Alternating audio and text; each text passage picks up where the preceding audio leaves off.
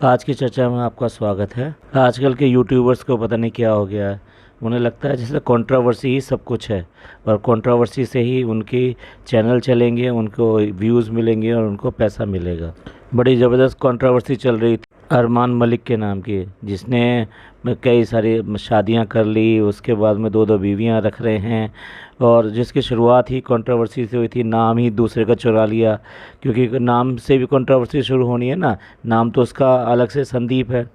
अब दूसरी एक कंट्रोवर्सी चल पड़ी है। नए स्टार हैं पारस ठकराल और स्नेहा ठकराल। ये दोनों भी ब्लॉगर हैं और यूट्यूब पर बहुत इनके रैंकिंग है और मिलियंस में इनके व्यूअर्स हैं और इनके सब्सक्राइबर हैं।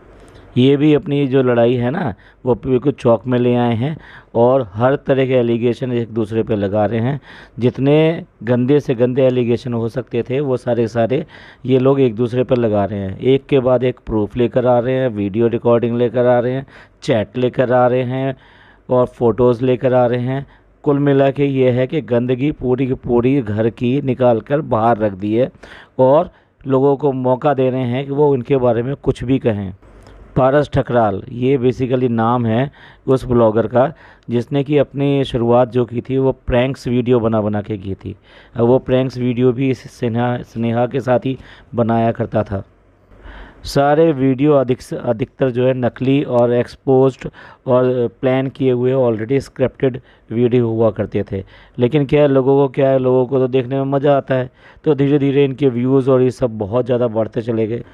प्रैंक्स वीडियो के साथ में फिर ये ब्लॉगर भी बन गए और ब्लॉगिंग करने शुरू कर दिया।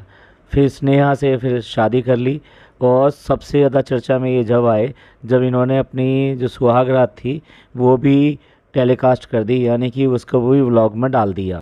थोड़ा सा मानसिकता के बारे में सोचेंगे, आपने कभी सुना है कि कभी कोई अपनी सुहागरात या ये सब चीज़ें जो है यूट्यूब पर डालेगा, सबको दिखाएगा? ये किस मानसिकता के लोग हैं, कैसे लोग हैं? मतलब ये कुछ भी बेचने के लिए कुछ भी करेंगे, व्यूज़ पाने के लिए कुछ भी करेंगे। एकदम से इनके व्यूज़ इतने बढ़ते चले गए और अब फैमिली जो झगड़े हैं वो भी यूट्यूब पे आने लगे हैं। व्लॉग से स्नेहा गायब होगी तो लोग बाग ने पूछना भी शुरू कर दिया स्नेहा कहाँ है। तो इन्होंने फिर थोड़े दिनों में एक वीडियो लगा दिया कि स्नेहा से मेरा जो है डाइवोर्स हो गया। चलिए यहाँ तक भी ठीक था कि डाइवोर्स हो गया, ठीक है। बहुत सारे रिलेशंस होते हैं जिनके एंड जो है ना किसी तरीके से होता है, पर इसके बाद में एकदम से वीडियो आता है फिर स्नेहा का। एक के बाद दो वीडियो आते हैं फुल ऑफ एलिगेशंस और फुल ऑफ फैमिली ड्रामा। वो पहले और दूसरे दोनों वीडियो में पूरे पूरे एलिगेशन लगाते हैं कि उसके साथ में मारपीट की गई और वो उसके लिए वो फ़ोटो दिखाती है। और फ़ोटो कैसे दिखाती है कि उसके गालों पे थप्पड़ है। अब पता नहीं असल बात क्या है क्या नहीं है, लेकिन अगर किसी के साथ में कोई मार पिटाई होती है तो सबसे पहले वो फ़ोटो नहीं खींचता, वो कहीं ना कहीं किसी ना किसी के पास जाता है, शिकायत करेगा, पुलिस में जाएगा, कुछ भी करेगा या उसको मारने के लिए दौड़ेगा। लेकिन फ़ोटोज़ के सबूत रखे जाते हैं क्या? उसके बाद में वो पूरी एक तरह से पोल खोलने में, एक्सपोज करने में लग जाती है पारस ठकराल को कि उसने उसका बेटा ले लिया। 1.5 करोड़ रुपए की भी जिक्र आ जाता है कि 1.5 करोड़ रुपया तय हुआ था। और इससे पहले पूरा जो डोमेस्टिक वायलेंस है उसके बारे में पूरी जानकारी दी जाती है, एब्यूजिंग की जानकारी दी जाती है और ये कहा जाता है कि पूरी पूरी फैमिली इसके अंदर इन्वॉल्व है। भाई फैमिली इन्वॉल्व है तो अपने फैमिली में ही निपटाओ ना, पर अपनी फैमिली, उसके मदर की फैमिली, सारी फैमिलियों का इन्वॉल्व दिखा दिया। और ये भी दिखाया कि वो ना केवल उसने थप्पड़ मारे बल्कि उसको गोली मारने का भी धमकी दी। इसके बाद स्नेहा ने इसको एक्सपोज करना शुरू कर दिया कि उसके तो 4-5 लड़कियों से रिलेशन है। कुछ चैट्स दिखाई, कुछ ऑडियो क्लिपिंग दिखाई और उसके बाद में जवाब में वीडियो तो आना ही था, तो फिर वीडियो आ गया पारस का। अब पारस ने अपने एलिगेशंस लगाने शुरू कर दिए। उसने भी सिमिलर टाइप से जो है ना कुछ क्लिपिंग, अपनी ऑडियो क्लिपिंग दिखाई। ऐसा लग रहा था कि दोनों तरफ से बिल्कुल सेम टाइप का वॉर एक दूसरे के ख़िलाफ़ लड़ा जा रहा है, जो बेसिकली एब्यूजिंग है, चीटिंग है कि वो अपने जो है कज़न के साथ में अफेयर कर रही है और जो पारस जी जो है लड़कियों के साथ में कर रहे हैं और उनको इंस्टा के थ्रू बोलते हैं कि आ जाओ फ्लैट में, आ जाओ फ्लैट में आ जाओ। एक बच्चा है, उसका भी पता नहीं क्या है क्या नहीं है, उसका भी पूरा मजाक बना रखा है कि वो बच्चा किसके पास रहेगा किसके पास नहीं रहेगा। इस समय तो वो पारस के पास ही है वो बच्चा। अब जिस तरह से दोनों के दोनों एक दूसरे के ऊपर एलिगेशन लगा रहे हैं और ये सब कर रहे हैं, इनकी अगर हिस्ट्री उठाकर देखें तो इन्होंने सिर्फ ड्रामे ही ड्रामे करे हैं, चाहे वो सुहागरात वाला ड्रामा हो या फिर जो प्रैंक्स हों। दो तरह तरह के प्रैंक्स ये वीडियो क्लिपिंग दिखाया करते थे, जिससे कि ये इनिशियल टाइम पे मशहूर हुए थे। ऐसा लगता है कि ये भी एक ड्रामा है, क्योंकि एक तरफ तो उसका चैनल डिलीट करने की बात करते हैं स्नेहा की, और अब उसने नया चैनल बना लिया, उस पर भी ढेरों व्यूज़ आ रहे हैं। अरे लोगों को मतलब क्या है, लोग आपके इस जो ड्रामा चल रहा है इसमें बार बार आके देखेंगे और आपको व्यूज़ मिलेंगे। दोनों के दोनों जो है अपने व्यूज़ के लिए ये सब कर रहे हैं। और अगर व्यूज़ के लिए नहीं कर रहे हैं, असल में ही ये है, तो आप दोनों एक डाइवोर्स लीजिए एक सही तरीके से और एक दूसरे को बाय बाय कीजिए और अपनी अपनी ज़िंदगी में आज़ाद रहिए। एक दूसरे को एक्सपोज करके क्या मिलने वाला है, कुछ भी मिलने वाला नहीं है।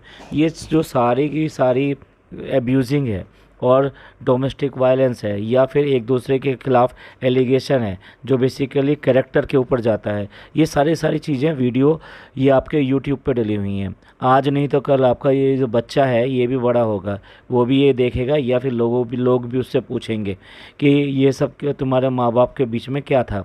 तो क्या आपको आप लोगों को अच्छा लगेगा?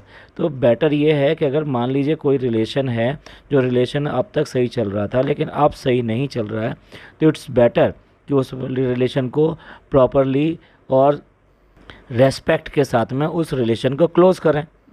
जो फाइनेंशियल मैटर हैं उनको प्रॉपरली निपटा लें कि भाई मेरे बैंक अकाउंट पूरा खाली कर दिया, वो ब्लॉक कर दिया, क्लोज़ कर दिया, मेरे जो यूट्यूब चैनल था वो भी मेरा डिलीट कर दिया। तो ये सब करने की बजाय बेटर है कि आप इसको एक रेस्पेक्टफुल तरीके से इसको ख़त्म करें और आगे बढ़ जाएं। ये जो सब कुछ आजकल एक यूट्यूब पर शुरू हो गया है कि कुछ भी जो है वह यूट्यूब पर डालेंगे। अरे भाई आप ब्लॉगर्स हो, आप बेसिकली इन्फ्लुएंसर हो, तो आपको कुछ ऐसी चीज़ें डालनी चाहिए जिसको देख के या तो लोगों का एंटरटेनमेंट हो या फिर जो है वो इससे कुछ सीख ले सकें। लेकिन आप एंटरटेनमेंट के नाम पर अगर फैमिली ड्रामा और ये सब करेंगे और उसको देखकर कुछ और लोग भी इस तरह की चीज़ों में इन्वॉल्व होंगे, तो बेसिकली ये कहाँ से अच्छा रहे। व्यूअर्स का क्या है, वो तो इसमें अपना मज़ा लेते रहते हैं और बहुत सारी चीज़ों को में असलियत भी नहीं पता होती। अगर इसने कहा तो इसकी बात सुन ली, उसने कहा तो उसकी बात सुन ली, अल्टीमेटली परिणाम क्या है? पर्सनली इसमें लॉस जो दिखाई देता है आपकी अपनी फैमिली का दिखाई देता है, अपने रिलेशन का दिखाई देता है। तो बेसिकली ऐसा ना करें और जल्दी से जल्दी इसको जिस भी डायरेक्शन में ले जाना है, अगर ये एक प्रैंक के टाइप से ऐसा ही व्यूज़ पाने के लिए ये सब चल रहा है तो उसे जल्दी से जल्दी इसको क्लोज़ करें और ये जितनी वीडियोज़ वगैरह हैं ये आप हटा सकते हैं। सिमिलरली अगर आपको लगता है कि नहीं ये रिलेशंस अब कंटिन्यू नहीं चलेंगे, तो इस रिलेशंस को तुरंत ही इसको ख़त्म करें और उसके बाद में ये सब वीडियो डालना, एक दूसरे को एक्सपोज करना, ये सब करना बंद करें। और आप जहाँ पर आप खुश रहना चाहते हैं वहाँ पे खुश रहें, यही एक बेटर एंड होता है। तो ठीक है, आज के पॉडकास्ट में इतना ही और मिलते हैं अगले पॉडकास्ट में। और अपना ध्यान रखिए, सबको खुशियाँ बांटिए और खुश रहिए, अपने रिश्तों का ख्याल रखिए, रिश्ते ही हमें आगे लेके जाते हैं। इस पॉडकास्ट को सुनने के लिए धन्यवाद, थैंक यू, शुक्रिया।